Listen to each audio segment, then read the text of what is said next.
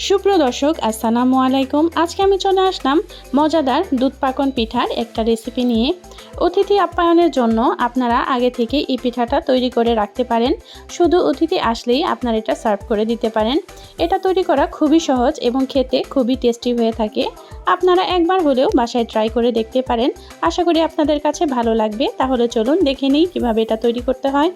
পিঠাটা তৈরি করার জন্য আমি কড়াইয়ে 2 কাপ ময়দার জন্য পরিমাণ মতো পানি দিয়ে দিয়েছি। পানিটা যখন গরম হয়ে এসেছে তখন এখানে দিয়ে দিয়েছি পরিমাণ মতো লবণ। এবার আমি এখানে দিয়ে দিলাম 2 বাটি পরিমাণে ময়দা। এখানে ময়দাটাই ব্যবহার করতে হবে। খুব ভালোভাবে একটা খামিরের মতো তৈরি করতে হবে। আমরা চালের আটা দিয়ে যেভাবে খামির তৈরি করি ঠিক সেভাবে। এটা নামিয়ে কুসুম গরম হওয়া পর্যন্ত অপেক্ষা করতে হবে। যখন হাত দিয়ে ধরতে পারবেন তখন সুন্দরভাবে এটা মথে নিতে হবে। কিছুক্ষণ মথার পর এখানে আমি দিয়ে দিব একটা ডিম দেওয়া হয়ে গেলে খুব সুন্দরভাবে এটা মেখে নিতে হবে। ডিমটা যখন খুব ভালোভাবে মেখে নেওয়া হয়ে যাবে এখানে আমরা আরও কিছু উপকরণ দিব। এখানে আমরা দিব ঘি। এই ঘিয়ের রেসিপি অলরেডি আমার চ্যানেলে আছে, আমি লিঙ্কটা দিয়ে দিব, আপনারা চাইলে দেখে নিতে পারেন। আর এখন দিয়ে দিব ছোট 2 প্যাকেট গুঁড়া দুধ। এই দুধের কারণে এবং ঘিয়ের কারণে এই পিঠাটা খেতে অনেক টেস্টি হয়ে থাকে। আপনারা একবার হলেও এটা ট্রাই করে দেখবেন। আশা করি আপনাদের কাছে অবশ্যই এটা ভালো লাগবে। এখন সবগুলো উপকরণ খুব ভালোভাবে মথে নিতে হবে। সুন্দরভাবে একটা মসৃণ ডো তৈরি করে নিতে হবে। যখন মসৃণ ডো তৈরি হয়ে যাবে তখন আমরা পিঠাগুলো তৈরি করে নেব। অল্প অল্প করে নিয়ে বলের মতো করে শেপ করে নিয়ে এটা আমরা ডিজাইন করে নেব। আমি আপনাদের দেখিয়ে দিচ্ছি, খুব সহজ এর ডিজাইনটা করা। গোল করে নিয়ে আঙুলের সাহায্যে হালকা একটু ট্যাপ করে নেব। এখন আমরা একটা কাঠি অথবা চামচের সাথে এটা ডিজাইন করে নেব। ভিডিও দেখেই আপনারা বুঝতে পারবেন এটা কিভাবে তৈরি করতে হয়। আপনারা চাইলে অন্যরকমভাবেও এই পিঠাটা ডিজাইন করতে পারেন আপনাদের মনের মতো করে। আমি এভাবে ডিজাইন করেছি, আপনারা চাইলে অন্যভাবেও এটা তৈরি করতে পারেন। ডিজাইনটা সম্পূর্ণ নিজের ব্যাপার। এক একজনে এক এক রকম ডিজাইন পছন্দ করে, যে যেরকম পছন্দ করেন সেভাবেই তৈরি করবেন। আমি একই রকমভাবে সবগুলো পিঠাই তৈরি করে নেব, এতে দেখতে ভালো লাগবে।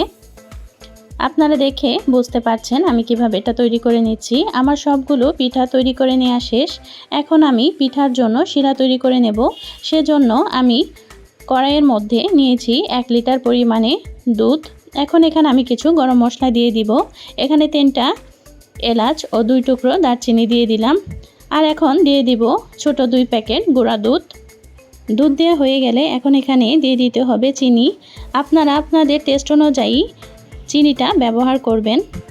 এখন আমাদের এই শিরাটা জাল করে নিতে হবে। এটা জাল হতে থাক, আমি অপর পাশে পিঠাটা ভাজার জন্য একটা লোহার কড়াই বসিয়ে দিয়েছি। এখন এখানে দিয়ে দিতে হবে পর্যাপ্ত পরিমাণে সয়াবিন তেল।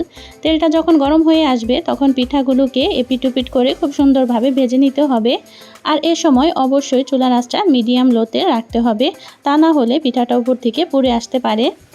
অপর পাশে আমাদের দুধের শিরাটাও জাল হচ্ছে। এটা খুব বেশি ঘন করতে হবে না, 2-3টা বলক আসলেই আমরা এই চুলাটা বন্ধ করে দেব এবং এটা ঢেকে রাখবো, কারণ আমাদের শিরাটা গরম গরম দরকার হবে। সেজন্য শিরার মধ্যে 2-3 বার বলক আসলেই আমি এটা বন্ধ করে ঢাকনা দিয়ে ঢেকে রাখবো।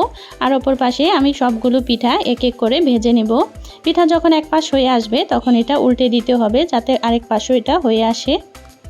পিঠাগুলোকে খুব কড়া করে ভাজার দরকার নেই। যখন হালকা একটু ব্রাউন কালার চলে আসবে তখন পিঠাগুলোকে এক এক করে নামিয়ে গরম গরম শিরার মধ্যে দিয়ে দিতে হবে। পিঠাগুলো থাকবে গরম এবং শিরাটাও থাকবে গরম। এভাবে করে সবগুলো পিঠাই আমরা ভেজে নিয়ে শিরার মধ্যে দিয়ে দিব এবং সবগুলো পিঠা দিয়ে দেওয়া হয়ে গেলে ঢাকনা দিয়ে ঢেকে এটা 3-4 ঘন্টার মতো ঢেকে রাখতে হবে যাতে পিঠাটা শিরাটাকে টেনে নেয়। আমি 3-4 ঘন্টা পরে আপনাদের এটা পরিবেশন করে দেখাচ্ছি। দেখুন, এটা দেখতে মাশাআল্লাহ অনেক সুন্দর হয়েছে, এটা খেতেও অনেক ভালো হয়ে থাকে। আজ এই পর্যন্তই, পরবর্তী আবারও কোনো নতুন রেসিপি নিয়ে হাজির হব। সে পর্যন্ত ভালো থাকবেন, সুস্থ থাকবেন। আল্লাহ হাফেজ।